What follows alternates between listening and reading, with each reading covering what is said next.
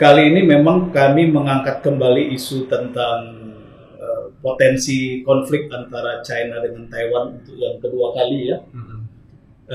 Walaupun isu ini tidak menjadi trending topik sekarang ini karena orang lagi masih fokus isu Verdi Sambo ya. Tetapi justru isu ini kalau dia menjadi konflik yang nyata, ini justru akan banyak mengubah perhatian masyarakat, dan bukan saja perhatian masyarakat, akan banyak mempengaruhi agenda-agenda yang ada di banyak negara termasuk di pemerintahan kita. Nah, oleh karena itu walaupun ini tidak menjadi trending topik isu ini ya bagi netizen kita, bagi masyarakat dan media massa, tetapi menurut kami penting kita mengangkat isu ini karena potensi dari implikasi dan konsekuensi kalau ini berubah tiba-tiba menjadi konflik yang faktual. Dan secara khusus saya ingin berterima kasih kepada Bu Koni yang selalu nyaring peluitnya ini ya.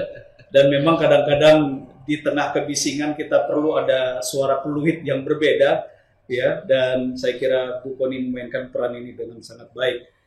Nah, terkait dengan potensi perang antara China dengan Taiwan, saya kira kalau kita menyimak apa yang disampaikan oleh Menteri Luar Negeri Taiwan ya beberapa waktu yang lalu, bahwa mereka sangat meyakini bahwa latihan perang yang dilakukan atau yang digelar oleh China ini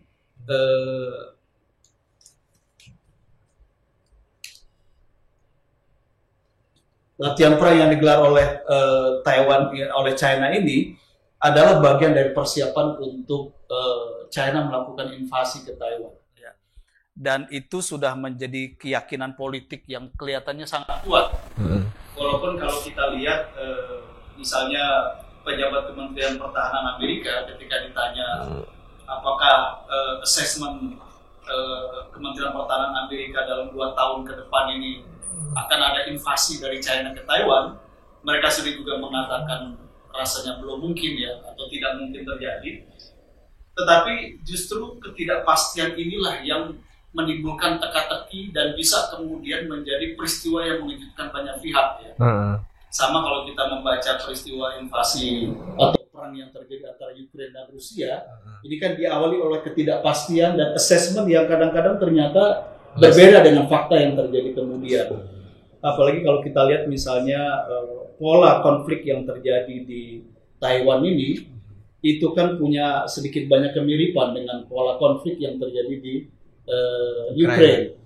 Ada negara superpower yang punya klaim historik terhadap satu daerah yang lebih kecil ya, termasuk dalam skala kekuatan militernya lebih kecil, tetapi juga kemudian ada warning terhadap kekuatan-kekuatan eksternal yang dianggap bisa mengancam atau mengganggu kepentingan superpower itu.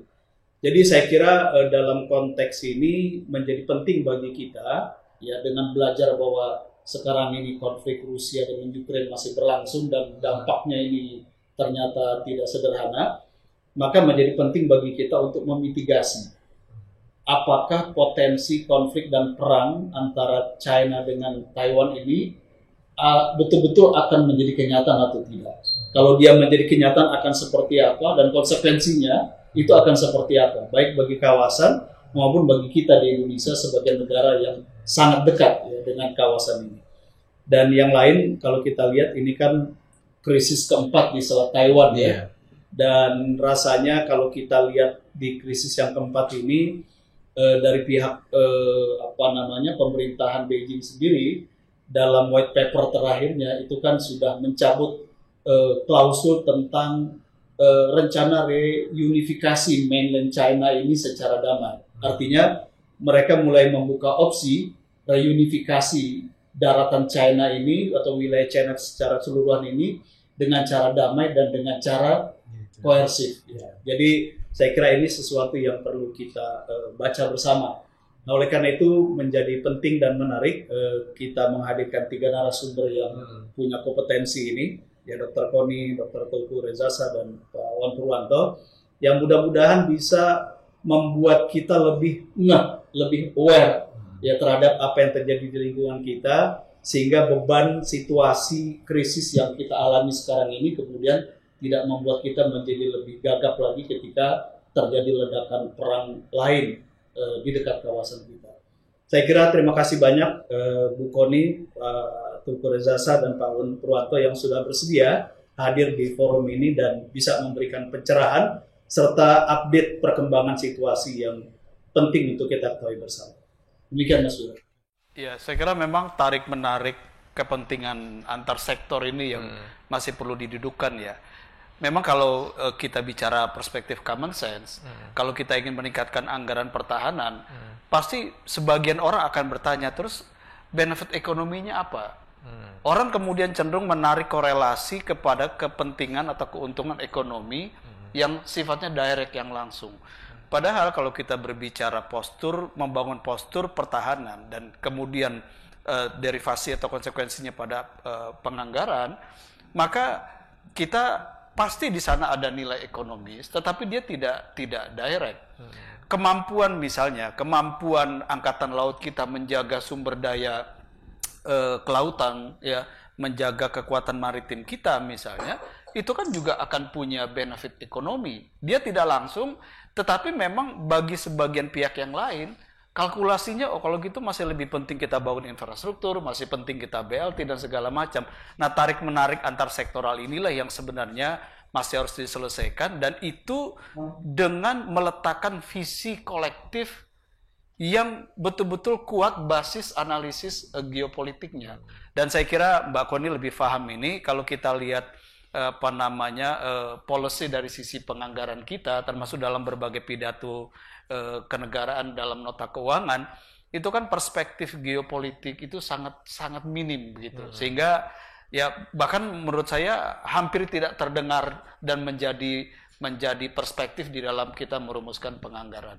Saya kira ya Bu Kony dan ya, saya boleh tambahkan dikit yang bisa teriakin ini. Pak Sekjen, saya mau tambahkan dikit aja ya dari yang saya sampaikan Pak Sekjen. Coba kalau kita lihat pernamaan Natuna Utara, Laut Cina Selatan, tiba-tiba kita bilang enggak, namanya Natuna Utara. Beda sekali ketika Presiden Soekarno merubah nama Samudra Hindia jadi Samudra Indonesia. Konsekuensinya merubah nama Samudra Hindia menjadi Samudra Indonesia, Presiden Soekarno menjadikan militer kita terkuat di bagian selatan. Nah sekarang Natuna diganti namanya, kita sekuat apa menghadapi China? Kita itu aja yang kita hitung dulu. Nanti kita bisa bikin babak baru kalau kita perang sama China misalnya. Tapi dari situ aja bisa kita jawab, sebenarnya kita nggak terlalu serius akhirnya. Apalagi dengan kemudian Pak Suryo Prabowo mundur dari KKIP, waduh semakin jauh nih kayaknya Kementerian Industri Pertahanan dan juga kemampuan pertahanan kita ke depan. Moga-moga sih ada perubahan yang bisa segera dibawa oleh election tahun depan 2024. Semoga. Kita tunggu Mbak Kony di DPR nih kelihatannya. Ya, terima kasih Bang. Terima kasih Pak. Kita perlu dengar dari Pak Wawan ya. Karena salah satu reformasi penting di sektor keamanan adalah perluasan orientasi intelijen negara misalnya kepada intelijen luar negeri ya. Nah, kita pengen dengar juga dari Pak Wawan. Kira-kira dalam perjalanan sekarang ini apakah ada penguatan fungsi dari intelijen luar negeri sehingga kemudian presiden misalnya sebagai end user itu bisa mendapatkan banyak masukan mengenai dinamika geopolitik, dan itu kemudian akan mempengaruhi pandangan presiden dalam mengambil keputusan-keputusan penting negara. Siap. Ya, memang kaitan dengan military industrial complex ya, dalam konteks ketegangan yang terjadi antara China, Taiwan, dan Amerika. Saya kira memang kalau direct antara China dengan Amerika, di situ kecil kita lihat kepentingan dari military industrial complex. Tapi kalau misalnya Amerika punya agenda untuk memperkuat postur pertahanan atau postur militer negara-negara di kawasan Asia Timur, misalnya Korea, kemudian Jepang dan beberapa negara yang lain, saya kira bisa kita lihat indikatornya misalnya pada seberapa besar peningkatan anggaran pertahanan dari negara-negara ini akibat kecemasan yang meningkat karena ketegangan antara China dengan Taiwan ini. Saya kira itu bisa kita lihat ya untuk mengukur tadi bobot kepentingan dari military industrial complex tadi. Nah, tapi ada pertanyaan juga yang ingin saya angkat di forum ini untuk Pak Teuku dan Pak Wawan ya. Kan kalau Taiwan itu kan mengatakan bahwa China misalnya dengan latihan militernya itu melakukan provokasi yang sangat serius ya terhadap Taiwan. Tetapi saya punya pertanyaan yang agak menggelitik. Apakah di saat yang bersamaan Amerika juga sedang memprovokasi Taiwan? Jadi Amerika misalnya memprovokasi Taiwan untuk bereaksi sesuai dengan apa yang ada dalam pikiran Amerika yang kita belum tahu ya apa pikirannya ini. Karena misalnya begini, ketika tahun 2005 Beijing bereaksi sangat keras terhadap kunjungan Presiden Taiwan ke Amerika Serikat, kan reaksi itu tidak sampai pada eksibisi kekuatan militer dalam bentuk latihan di Selat Taiwan. Tetapi sekarang Beijing melakukan itu. Kenapa? Karena postur pertahanan Beijing telah mengalami pelipat gandaan yang luar biasa, ya kan? Dari sisi postur pertahanannya. Lalu yang kedua, ada case antara Rusia dengan Ukraine yang ternyata kita lihat Amerika juga tidak berani melakukan bantuan secara langsung masuk ke Ukraine gitu ya. Nah di sisi yang lain misalnya di Taiwan kan dalam berbagai survei orang-orang mudanya, kelompok mudanya ini kan menjadi semakin kuat nasionalismenya, semangat untuk memerdekakan dirinya kan begitu. Nah jadi pertanyaannya, apakah Amerika di saat yang sama ini sedang memprovokasi Taiwan gitu? Dan kalau itu berjalan, apakah mungkin kemudian Taiwan terprovokasi, lalu tiba-tiba meledaklah kasus konflik militer ini? Itu yang saya kepingin dengar dari Pak Wawan dan Pak Teguh. Baik, terima kasih. Sore ini kita mendapat pencerahan yang luar biasa dari narasumber kita ya. Tadi Bu Koni yang sudah pamit duluan, ada Pak Teguh dan Pak Wawan Purwanto. Saya kira apa yang disampaikan oleh narasumber kita ini mempertegas posisi Indonesia sebenarnya. Bahwa kita harus menjadi satu kekuatan yang punya peran penting di kawasan untuk terus menjaga perdamaian dunia dan terlibat aktif di dalam upaya menjaga perdamaian ini. Tetapi tentu saja di antara jalannya adalah Indonesia harus terus memperkuat leverage-nya, memperkuat kekuatan ekonominya, politiknya, termasuk juga kekuatan dari sisi pertahanannya. Karena dengan modal kekuatan itulah Indonesia kemudian bisa memperbesar peran-perannya di kawasan.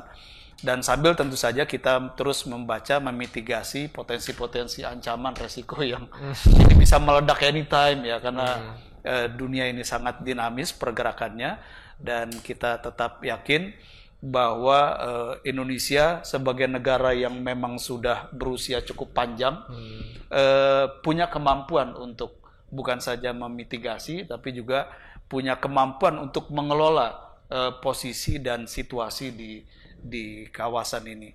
Dan terima kasih kepada para narasumber atas partisipasi dan pencerahannya, dan mudah-mudahan kita bisa bertemu lagi di kesempatan yang berikut. Demikian, Assalamualaikum warahmatullahi wabarakatuh.